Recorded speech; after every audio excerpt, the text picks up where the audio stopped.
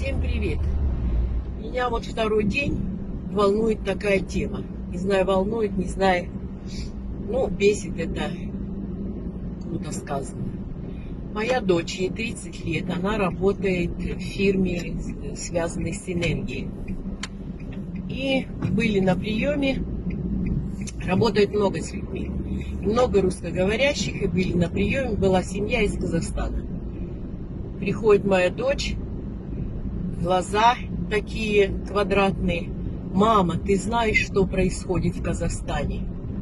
Я ее спрашиваю, а что там может происходить в Казахстане? Есть друзья в социальных сетях, вроде там все нормально, но ковид, он везде ковид. Нет, там террор, терроризм. Какой терроризм?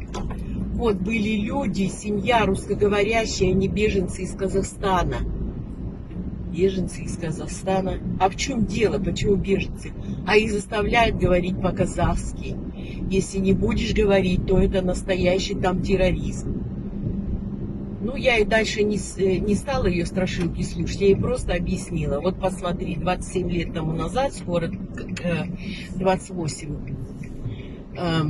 мы приехали в Германию. И приехали мы практически без языка. И первым делом, что мы здесь начали делать, мы начали учить язык. Потому что страна называется Deutschland, и язык называется Deutsch. Потому что мне нравится страна, и я ее сразу акцептировала. С ее языком, с ее законами, с ее обычаями. И мы говорим все по-немецки. Так почему люди, которые живут в Казахстане, отказываются учить казахский язык? Почему для них это террор? Страна называется Казахстан. Язык казахский. Живете вы в Казахстане, нет у вас возможности уехать. Будьте добры, учите язык. Ну потому что страна называется Казахстан. И государственный язык должен быть казахским. Когда мы приехали, все документы по всем амтам, по всем конторам я ходила, везде все по-немецки.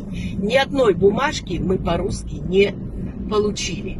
И было ясно, хочешь здесь жить, хочешь хорошо интегрироваться в этой стране, учи язык. Почему этого не делают в Казахстане? Почему это игнорируют? Почему учить казахский язык в стране Казахстан, говорить по-казахски в стране Казахстан, называется уже террор? Не знаю, какое у вас мнение. Мое мнение, понятие вот такое. По-другому быть не может. Будь добр, учи язык. Включай мозги. Нам тоже было нелегко.